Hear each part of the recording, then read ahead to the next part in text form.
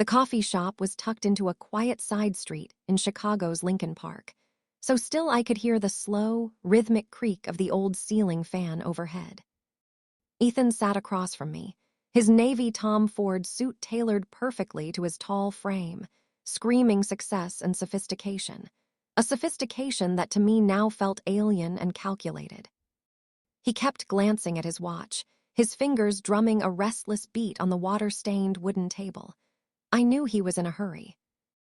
Not to get back to the office to close a multi-million-dollar deal, as he used to lie, but to get to the hospital with K.H. Lowe.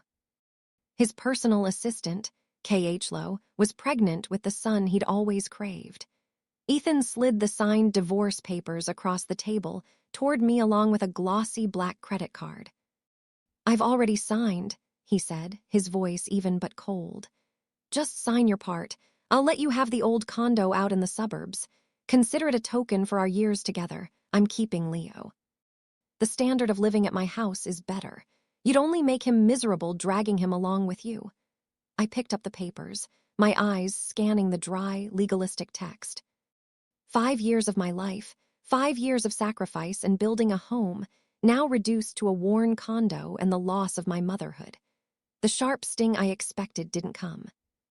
Perhaps disappointment had worn the nerve down to a numb callus. I set the papers down and gently pushed the credit card back toward him. I looked him squarely in the eyes, my gaze calm, almost unnervingly so. "I'll sign," I said. "But one condition, I don't want the condo, I don't want alimony, I won't fight you for custody of Leo. I want your mother, Diane. I'll take care of her." Ethan froze, eyes wide, disbelief written across his face. He stared at me, searching for any sign of madness, but found only unwavering resolve. Diane, once strong and capable, had become forgetful, occasionally unable to manage her own hygiene. To Ethan and K.H. Lowe, she had become nothing but an inconvenient anchor. Chloe had already hinted at a cheap nursing home, but Ethan hesitated, worried about family judgment. Ethan's shock softened into a glimmer of joy, as if a tremendous weight had been lifted. He quickly retrieved his phone, tapping furiously, and moments later my phone pinged with a bank notification. Ethan smirked, his voice dripping with condescension. "I just transferred you $5,000. Consider it back pay for taking care of her, plus the first month's expenses. You're a fool, taking on this burden when you could walk away clean." I stared at the screen, bitterness rising in my throat. $5,000, the sum he placed on the mother who had given him life, who had sacrificed everything to send him through college and business school. In his eyes, she was a commodity to be discarded. I set my phone aside, picked up the pen, and signed the divorce papers with a steady, deliberate hand. My signature wasn't shaky. It was precise, sharp, resolute. Ethan picked up the documents, blowing gently on the ink, his face lit with satisfaction. Standing, adjusting his tie, he spoke in a patronizing tone. "That $5,000 buys me a clear conscience. You keep your word. If she gets sick or passes away, don't bring her back to my house. From now on, she's yours, nothing to do with me." I sat silently, watching him walk away through the glass door. The late afternoon sun cast fractured stripes of light across the cafe floor, illuminating floating dust. I sipped my cold coffee, the bitterness coating my tongue, mirroring the bitterness in my heart. I didn't know what lay ahead with $5,000 and an aging mother-in-law, but I knew I had made the right choice. I had released a worthless husband and claimed a piece of humanity for myself. The heavy iron gate of the Waintka mansion swung open with a screech like the dying cry of our shattered marriage. I walked into the familiar yard, every plant and blade of grass cared for by my hands, now chillingly desolate. The air inside reeked of K.H. Lowe's overpowering perfume, masking the cinnamon I used to simmer on the stove. Diane huddled in a corner, clutching a cold microwave dinner, eating mechanically, eyes cloudy, muttering fragments of nonsensical phrases. My heart clenched. Ethan, with his luxury cars and designer clothes, let his mother eat leftovers in his home. I approached her, placing a gentle hand on her shoulder. "Mom, I'm here to take you with me." Are you done eating? I'll clean up. Diane looked up, her vacant gaze briefly lighting with recognition before fading again. She clung to my arm, her thin, spotted hand trembling like a drowning person clutching a lifeline. In the living room, our son Leo sprawled on the Italian leather sofa, eyes glued to his iPad, the noise of a video game filling the room. At only 5, he wore thick glasses, his body pudgy from indulgent meals. I stepped closer. "Leo," I called softly. "It's Mommy, I'm leaving now, sweetie." He didn't turn. He recoiled, scrambling behind Ethan. From behind his father's legs, Leo looked at me with a stranger's eyes, his voice chillingly clear. "Daddy says, you're lame, Mommy." I should live with Daddy and Chloe. Chloe buys me V-Bucks and pizza. You just make me do homework and eat vegetables. I froze, stunned. My son had been poisoned, molded into a selfish reflection of Ethan and Chloe. I had lost him, not on paper, but in heart and mind. Even pleading now would only hold his body. His soul belonged to their glittering world. Chloe descended the stairs in a thin silk maternity dress, holding a glass of orange juice, moving as if she owned the house.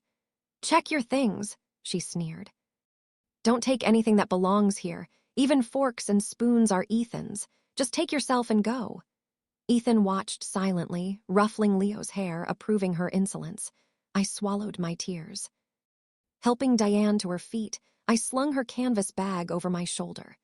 She looked at Ethan one last time, a gaze of finality, not regret, then turned to me, gripping my arm for strength. Together we left the mansion, grandeur hollow without warmth. "Goodbye, Ethan," I said evenly. "I hope you don't regret this someday." Ethan laughed, hollow and loud. "Regret? You should worry about yourself. Let's see how long the two of you last on $5,000.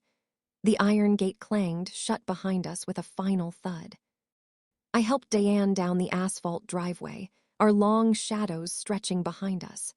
Though I had little money and an uncertain future, I felt astonishingly light, free from the prison of my past.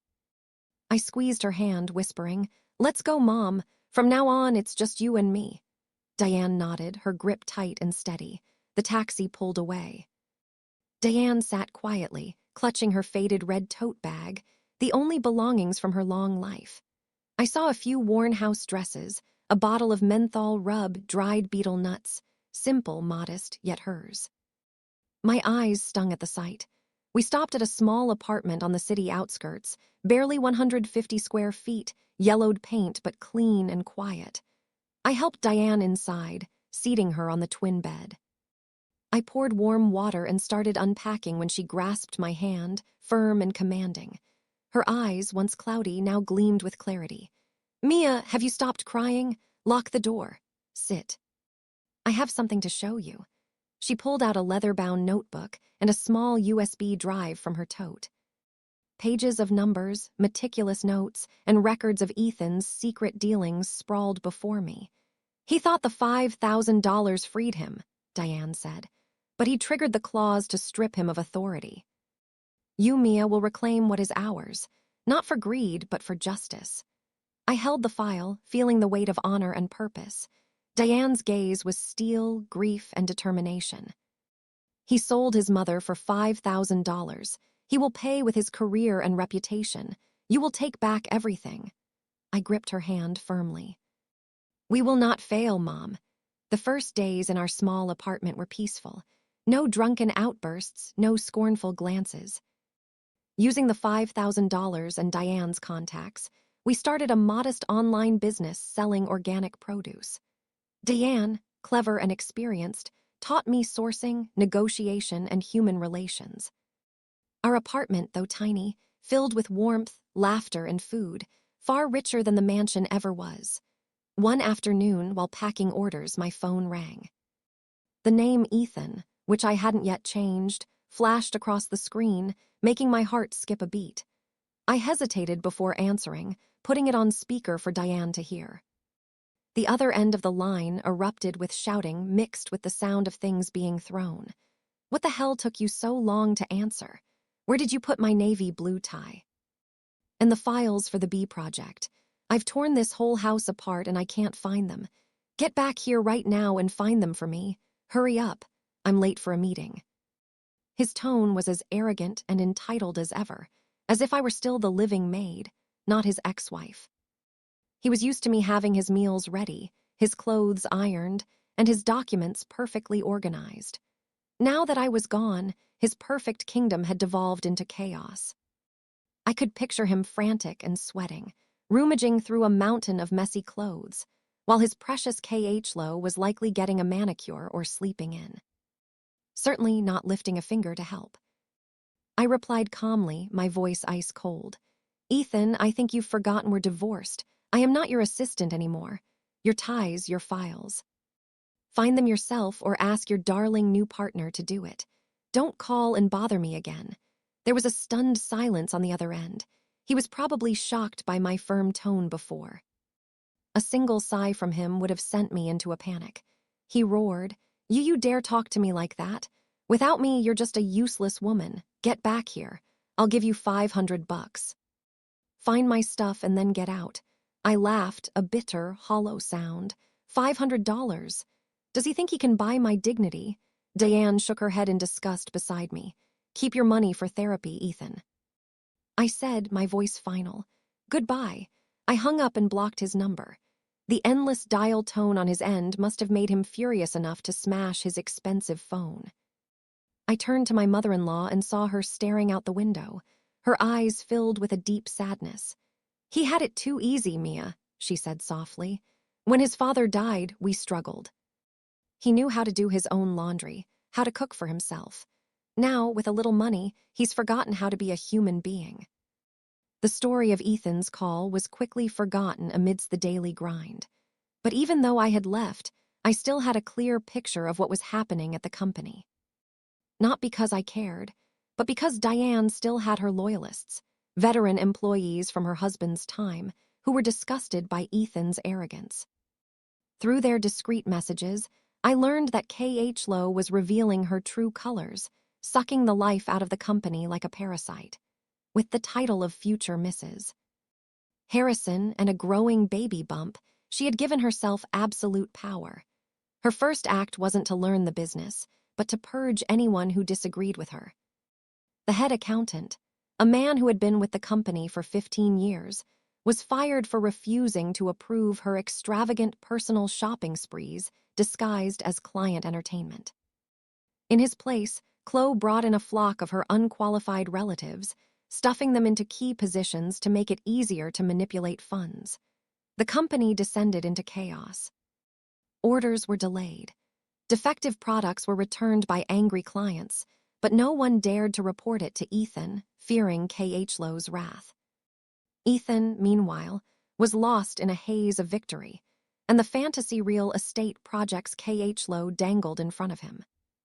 He had no idea the company's reserve funds, which he had foolishly entrusted to her, were being drained daily to finance her collection of designer bags, spa treatments, and lavish lifestyle. One afternoon, Maria, the elderly cleaning lady at the company, secretly called Diane. Her voice trembled over the phone. Mrs. Harrison, you need to tell Mia to do something. The company is going to fall apart. That Chloe woman brought her family here again today, making everyone call her Madame Chairwoman. Mr. Ethan has been locked in his office smoking all day. I heard he's in trouble with some auditors over fake invoices Chloe brought in. All the factory workers are worried. Our paychecks are late again this month. I listened on speakerphone, watching Diane's knuckles turn white as she gripped the edge of the table. The company was her husband's life's work, the livelihood of hundreds of families. And now it was being trampled by a worthless woman. Diane took a deep breath, trying to contain her fury. She turned to me, her eyes blazing. You see, Mia, the truth always comes out. That woman doesn't love Ethan. She loves his money. She's grabbing everything she can because she knows that baby isn't a permanent meal ticket. I nodded, my mind racing. Ethan had fallen into a trap of his own making. He had abandoned a loyal wife who knew how to save and build for a gold digger who only knew how to spend and destroy. The warm family dinners had been replaced by extravagant, soulless parties. Order had been replaced by chaos and lies. I remembered the long nights I had stayed up with Ethan preparing bids, the times I had skipped lunch to save money for new machinery. The Ethan of the past, though hot-tempered, still had passion. The Ethan of today, according to Maria, was just a weak man, manipulated by greed and hiding from reality. Diane placed a hand on my shoulder, cutting through my thoughts. "It's time, Mia. Get the documents ready. Tomorrow you will go to the bank and the IRS on my behalf. We can't let the company collapse. It's your father-in-law's legacy, not a gold mine for them to plunder." I looked at my mother-in-law and gave a firm nod. According to HR policy, I had to return to the company one last time to finalize my 401k rollover and other paperwork. I dreaded setting foot in that place, so full of mixed memories. But I needed to close this chapter cleanly. I chose a simple pants suit, applied light makeup to hide my fatigue, and took a deep breath before walking through the familiar glass doors. The atmosphere was even more grim and oppressive than I'd imagined. The vibrant energy that used to fill the space when I was managing things was gone. The reception area was deserted. The potted plants in the corner were wilting from neglect, their yellow leaves scattered on the floor. A few old employees saw me and gave me small furtive nods, their eyes darting around nervously as if afraid of being seen. I smiled to reassure them and was heading towards the HR office when a sharp, shrill voice cut through the awkward silence. Well, is this a public market now? People can just wander in and out as they please. Chloe emerged from the CEO's office. She was wearing a ridiculously expensive designer maternity dress that clung tightly to her body, emphasizing her still small bump. On her finger sparkled a diamond ring. I recognized instantly the one Ethan had promised to buy me for our 5th wedding anniversary. Chloe tilted her chin up, her eyes full of contempt and victory, looking down at me as if she were a queen and I, a lowly servant. I stopped and looked her straight in the eye, my voice level. "I'm here to see HR to get my final paperwork as required by law. I'll be gone as soon as I'm finished." "I won't disturb your fresh air." Chloe let out a loud, cackling laugh that was grating to the ears. She walked closer, her heavy perfume assaulting my nose. She theatrically cradled her stomach, speaking loudly enough for the whole office to hear. "Oh, please don't bother with excuses. You probably burned through that $5,000 already and came crawling back to beg Ethan for more. I know your type. You act all tough when you leave. But the second you're hungry, you come back with your tail between your legs. But you're too late, Mia. This company, this house, and Ethan, they all belong to my baby and me now." I clenched the strap of my purse, fighting to control my anger. I knew she was trying to provoke me, to make me lose my cool and get into a screaming match in the middle of the office. I gave her a small, pitying smile. "You can have him." I never pick up things I've already thrown in the trash, no matter how much you try to polish them, and you should enjoy it while it lasts. Things you steal are never truly yours. My words hit their mark, her heavily made-up face flushed with rage. She glared at me, about to lunge. But then she saw Ethan's silhouette through the glass wall of the conference room. K.H. Lowe's eyes darted around, and then she did something I never saw coming. She deliberately tripped herself on the leg of a chair, collapsing dramatically to the floor. She clutched her stomach and let out a piercing shriek. "Ah, my stomach! Ethan, help!" She pushed me. Her scream echoed through the office. The conference room door flew open and Ethan burst out, his face a mask of pure panic. He saw Chloe on the floor, moaning and crying, and me standing nearby, still processing her bizarre act.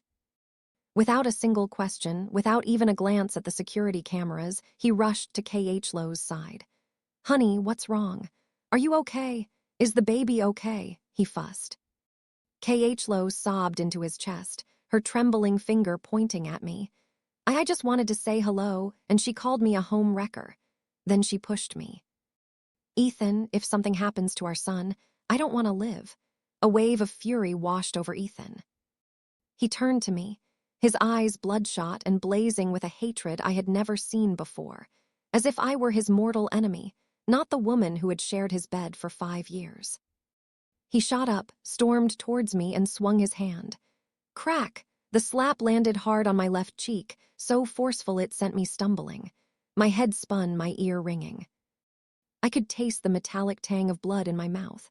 The entire office fell silent. The employees who had once respected me, who I had helped, all stared at the floor, not one daring to speak up. The silence was so complete, I could hear the shattering of the last remnants of my heart. Slowly, I lifted my head and wiped the trickle of blood from the corner of my lip. My cheek burned, but my heart was frozen solid. I looked at Ethan, not with tears or screams, but with an emptiness that must have been terrifying to behold. That slap hadn't just hurt my body. It had obliterated any lingering affection, any shred of respect, any beautiful memory that was left between us. Ethan stared at his own hand, a flicker of shock in his eyes. Perhaps even he hadn't expected to hit me so hard, but K.H. Lowe's pathetic whimpers pulled him back to his cruel reality. He pointed a shaking finger at my face and yelled, "Get out! Get out of here right now! If anything happens to my son, I will make your life a living hell. Don't you ever let me see you again." I looked at the man before me, a complete stranger. Was this the man who had once promised to protect me for the rest of my life?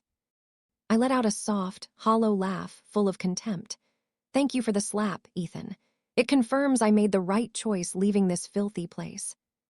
Remember today, because in the future, even if you kneel and beg, I will never forget this." Then I turned and walked away, my head held high. I returned to the apartment with a red, swollen cheek, the imprint of 5 fingers stark against my skin. Diane was preparing vegetables and dropped the bowl with a clatter when she saw me. She rushed over, her wrinkled hands trembling as she gently touched the angry mark on my face. She didn't have to ask who did it. She knew her son's temper and his mistress's venom all too well. Her eyes turned red, but she didn't cry. Instead, a cold, suppressed rage settled over her features. She led me to the bed and applied a soothing balm to my cheek, her voice low and dangerously calm. "He dared to hit you. He dared to hit you for that witch. Fine." I was going to give him a little more time to repent, but it seems he has chosen his own destruction. She stood up, walked to an old wooden wardrobe, and retrieved a simple, old-fashioned cell phone she had kept hidden. She dialed a familiar number. It was Mr. Chen, her late husband's trusted lawyer, the only one who held the original will and power of attorney documents. Diane's voice was clipped and decisive.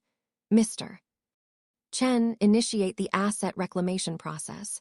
File the injunctions with the court and all relevant agencies this afternoon.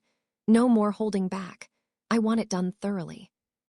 At the same time, I opened my old laptop and plugged in the USB drive from Diane. The data proof of tax evasion, slush funds, and fraudulent contracts Ethan had signed under K.H. Lowe's influence loaded onto the screen. I composed an anonymous email, attached all the evidence, and sent it to the whistleblower tip lines for the IRS and the Securities and Exchange Commission. Numbers don't lie, and they would be the harshest verdict for greed and ignorance. 2 days later, on a gloomy morning, as Ethan sat in his office daydreaming about billion-dollar projects, his door burst open. It wasn't an employee, but a team of stern-faced agents from the IRS. They presented a warrant for a surprise audit, citing evidence of serious financial misconduct. I heard later from Maria that Ethan's face went white as a sheet. He stammered, trying to remain calm, and secretly called for the head accountant. But he had forgotten that the old competent accountant had been fired by K.H. Lowe, and her new hires were completely clueless, unable to answer the agent's sharp questions. K.H. Lowe, who had been filing her nails nearby, turned pale with fear. Her fake stomach pains from the other day were miraculously gone. She tried to slip out but was stopped by an agent and told to remain for questioning. The entire office was in an uproar. In our small apartment, Diane and I received the news without a flicker of emotion. The wheels of justice turned slowly, but they grind exceedingly fine.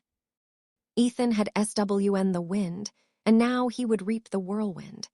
His punishment came not from my personal vendetta, but from his own disregard for the law and basic decency.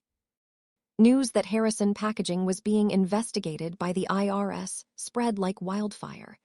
Business partners who had once flattered Ethan and slapped his back suddenly turned on him. They called to cancel orders and demand immediate payment of outstanding debts, afraid the company would go bankrupt. Ethan's phone rang off the hook, not with congratulations, but with threats and harsh demands. Worse were the uninvited guests. The loan sharks Ethan had gotten involved with sent a few heavily tattooed, menacing-looking men to simply sit in the company lobby and in front of his mansion. They didn't shout or break things. They just sat there smoking and staring, their cold gazes making Ethan and K.H. Lowe's blood run cold. The company's bank accounts were frozen for the investigation, cutting off all cash flow. Ethan desperately tried to find money. He checked all his personal savings, accounts only to find they had been systematically drained by K.H. Lowe for her shopping sprees and for building a new house for her parents back home. What little was left was a drop in the ocean compared to the mountain of debt that was compounding daily. In a last-ditch effort, Ethan decided to mortgage the factory and the mansion. He found the property deeds and business licenses in his safe and eagerly called a real estate broker, believing he still held all the cards. But when he took the documents to a title company to begin the process, he was hit by a reality far more painful than my slap. The officer pushed the file back across the desk. "I'm sorry, sir," he said coolly. "These assets are currently frozen due to an ownership dispute. The registered owner, a Miss Diane Harrison, has filed an injunction with all relevant authorities to block any sale or transfer of property. You are only the authorized manager, and it appears your power of attorney was officially revoked this morning." Ethan stood frozen, his ears ringing. The file slipped from his grasp, the papers scattering across the floor. He couldn't believe it. His mother, the senile old woman who couldn't even use the bathroom by herself. He remembered the sharp look in her eyes the day she left, my calm smile, and a chill ran down his spine. He had never been the owner. He was just a puppet dancing on a stage his mother had built, and now the puppeteer had decided to cut the strings. Chloe, standing beside him, heard the news, and her face went ashen. She immediately started screaming at Ethan, calling him useless, a fraud. The two greedy partners began tearing each other apart right there in public, all pretense of love gone. I heard the story from Mr. Chen and could only sigh. When the money runs out, so does the love. Ethan was finally tasting the bitter helplessness that I had endured for so long. Exactly 1 month after our divorce was finalized, I stood before the mirror, adjusting my crisp white blouse and tailored black blazer. The reflection was not of a weary, sleep-deprived housewife, but of a calm and determined woman. Diane sat on a chair behind me, smiling. Her smile gave me all the strength I needed. Today, we were returning to the place we had been cast out from, but in a completely different capacity. At the company headquarters, tension filled the boardroom. According to Maria, Ethan had called an emergency meeting to try and force a quick sale of a production line to pay off the loan sharks. He sat at the head of the table, his face gaunt and unshaven, his bloodshot eyes darting around nervously. K.H. Lowe sat beside him, her usual arrogance replaced by anxious fidgeting. The boardroom door swung open. Mr. Chen walked in first, followed by me and Diane. Our entrance caused a stunned uproar. Ethan leaped to his feet, his chair screeching against the floor. He pointed a shaking finger at me. "Who let you in here? Security. Get them out of my office. Mr." Chen calmly placed his briefcase on the table and pulled out a document with an official seal. His voice boomed in the silent room. "Mr. Harrison, members of the board, I am here to announce that, as of this moment, Mrs. Diane Harrison has officially terminated all managerial authority granted to Mr. Ethan Harrison due to a gross breach of fiduciary duty. Furthermore, Mrs. Harrison has transferred her full proxy, including all voting and operational rights, to Miss Mia." This decision is legally binding and effective immediately. Ethan was speechless, his face drained of all color. He stared at the document as if it were his death sentence. The other board members began whispering, their gazes shifting from Ethan with doubt to open contempt. I stepped forward and placed my hands on the files on the table, looking my ex-husband straight in the eye. "Ethan, I believe you're in my seat." Chloe shrank in her chair. She knew her golden goose had just been cooked. If my arrival had shocked Ethan, Diane's presence delivered the fatal blow.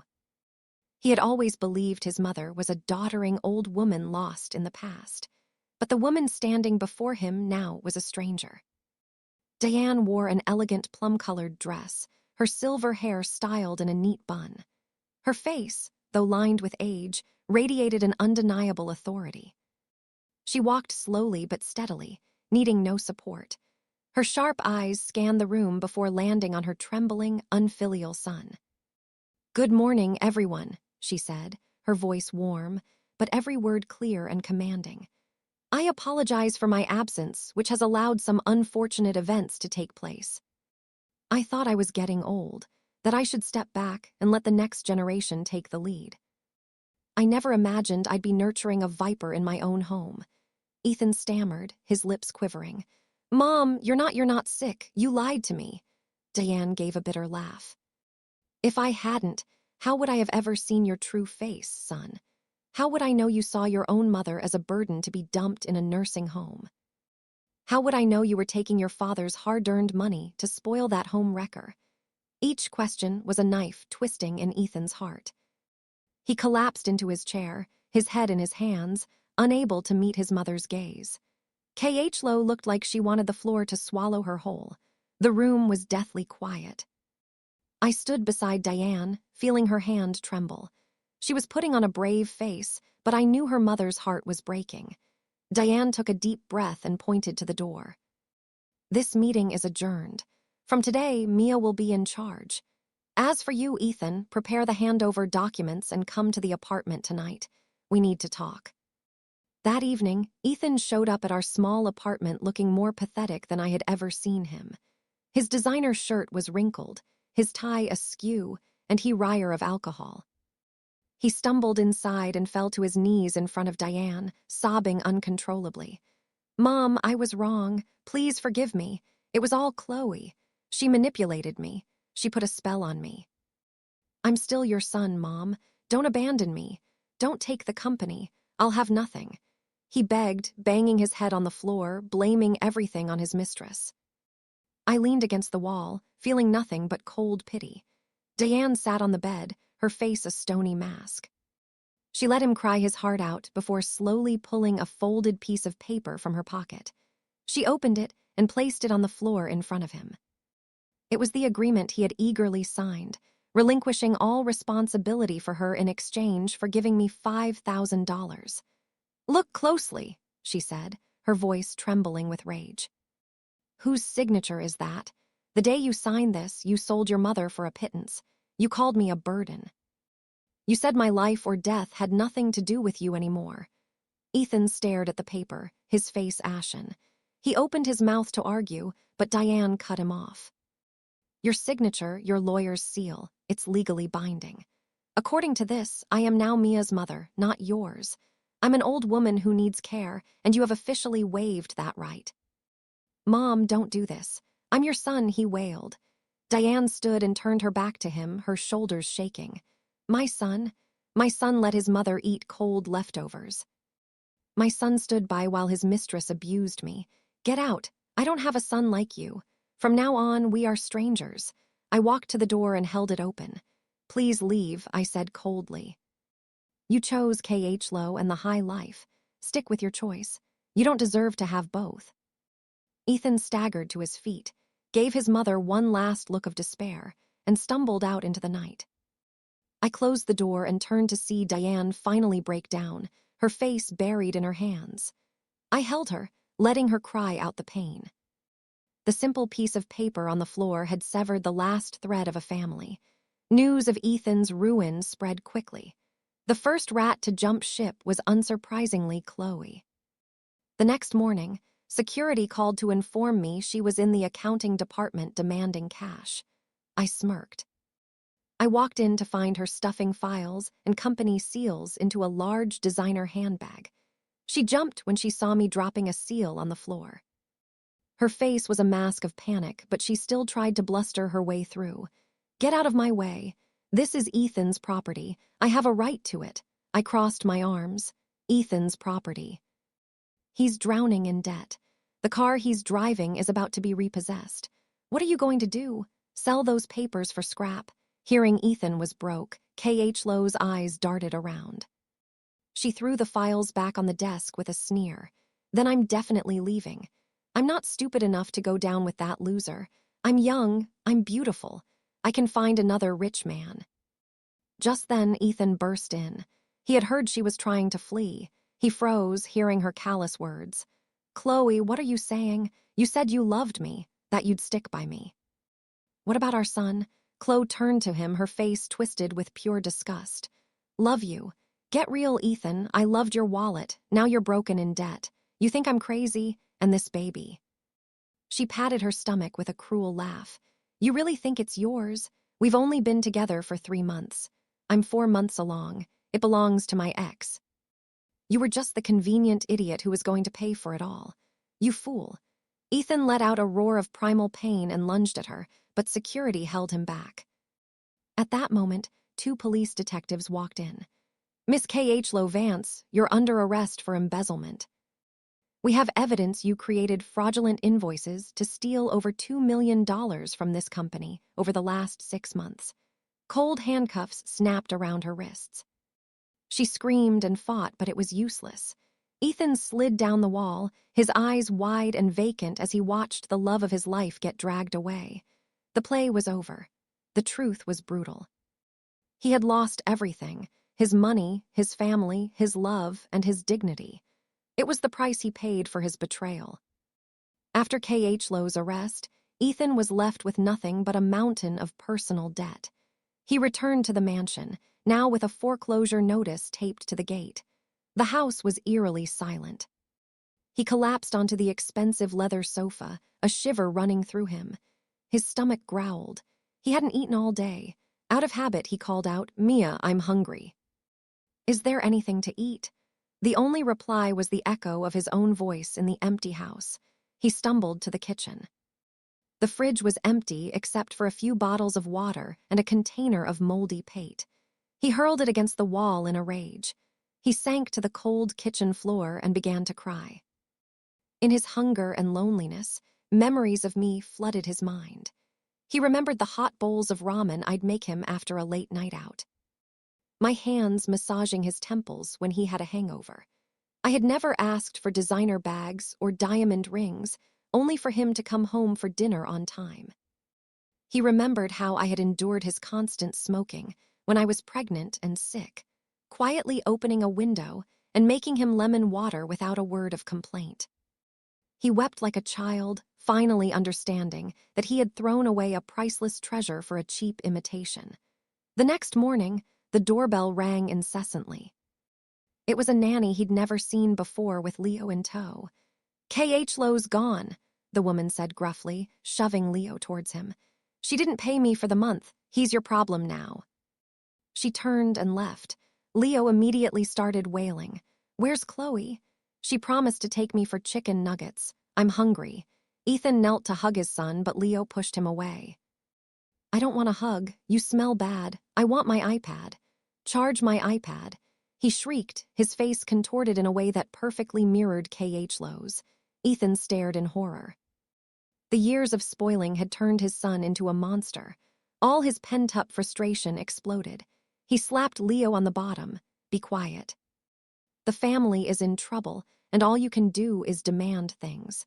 It was the first time his father had ever hit him. Leo froze for a second, then erupted into hysterical sobs, throwing himself on the floor. "You're mean. I hate you. I want Mommy Mia. Mommy Mia never hits me." Hearing Leo cry out for me was the final knife in Ethan's heart. He stared at his hand, then at his son, and rushed to hold him, sobbing uncontrollably. "I'm sorry, Leo. I'm so sorry. It's all my fault." He realized he had given his son everything money could buy, but had stolen from him the one thing he truly needed, a mother's love.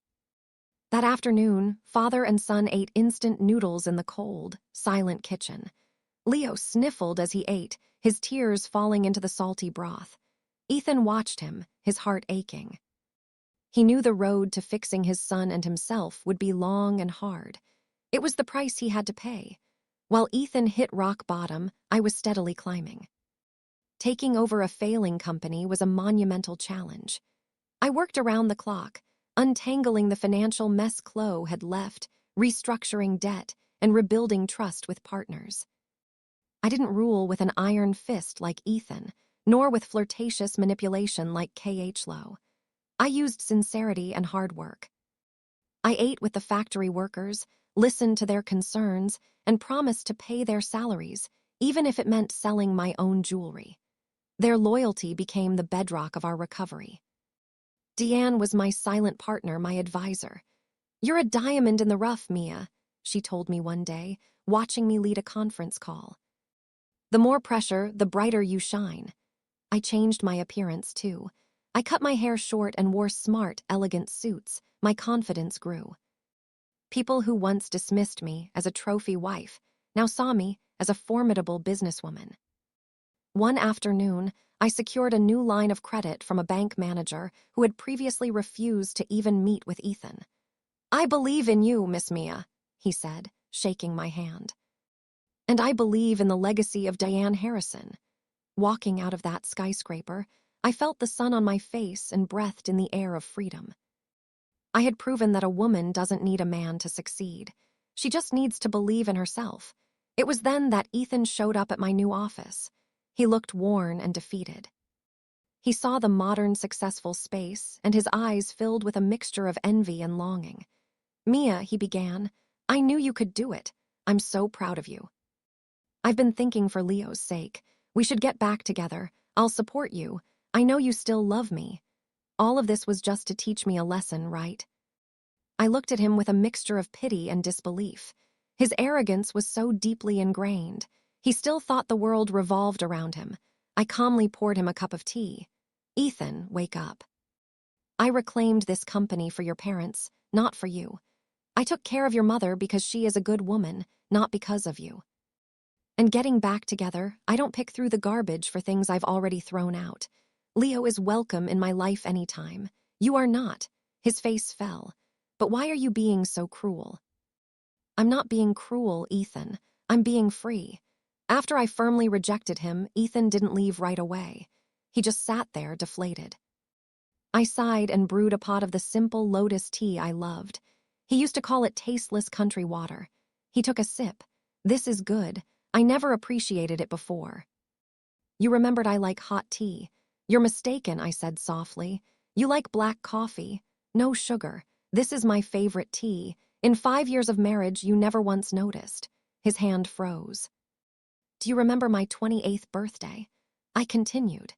"You gave me a huge bouquet of red roses, bragging about how romantic you were, but you never knew I'm allergic to roses."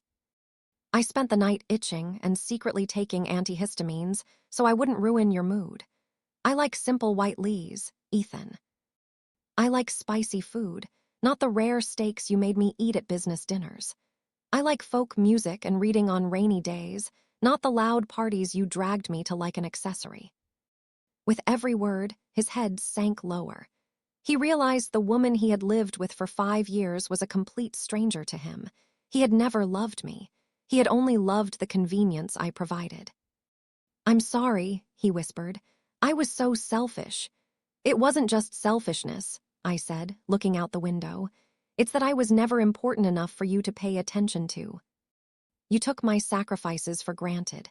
Now that you've lost everything, you feel regret. But you don't regret losing me. You regret losing the comfort I gave you." He tried one last time, playing the family card. "But what about Mom? Don't you think she wants her son by her side?" I turned back to face him, my eyes sharp. "Let me ask you a question, Ethan. If my mother-in-law wasn't the majority shareholder of a multi-million-dollar company, if she was just a poor, sick old woman with nothing to her name, huddled in that tiny apartment, Would you be here today, begging to come back? Or would you have let her waste away, forgotten? He couldn't answer.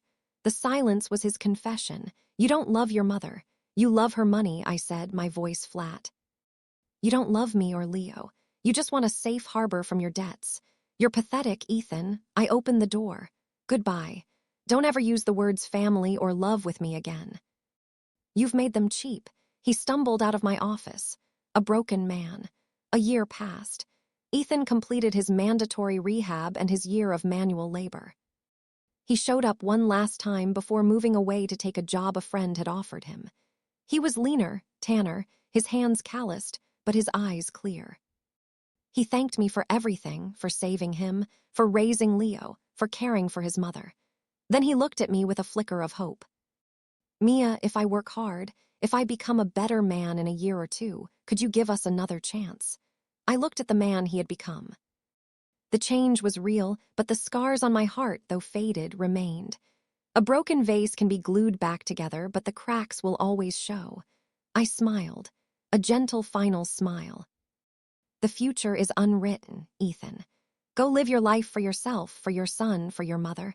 Don't make me your goal. Your goal should be to become the best version of yourself. As for us, let's just leave it to fate.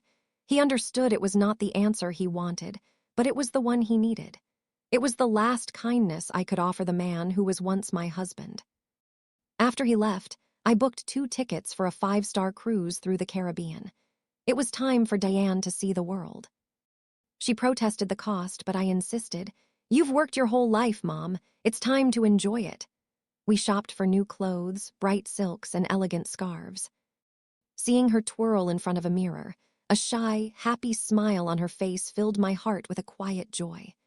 At the airport, we were no longer the weary housewife and the forgotten mother. We were 2 confident, radiant women ready for an adventure. Ethan video called from a dusty construction site. His eyes filled with a deep, unspoken regret as he saw us, happy and free, about to board a plane to paradise. He wished us well, his voice thick with emotion. He was a spectator to the beautiful life he had thrown away. The massive cruise ship cut through the turquoise water, leaving the land and all its troubles behind. Diane and I stood on the deck, the sea breeze in our hair, the endless horizon before us. It's beautiful, she whispered, tears in her eyes. I wish your father-in-law could see this. I put my arm around her. He can, Mom. He's in your heart and in the family we've rebuilt. We stood there, 2 women who had survived betrayal and heartbreak, now the captains of our own destinies. I didn't know what the future held. Perhaps I would find love again, perhaps not. But I knew I would never again settle for anything less than I deserved. The ship's horn sounded, a long, triumphant blast. As we sailed toward our next port of call, I turned to my mother-in-law, my best friend, my true family. Come on, Mom, I said, smiling. Let's go get some dinner. I hear the lobster is amazing. We walked arm in arm across the sun-drenched deck. A new world of possibilities awaited us. My journey to happiness had truly just begun.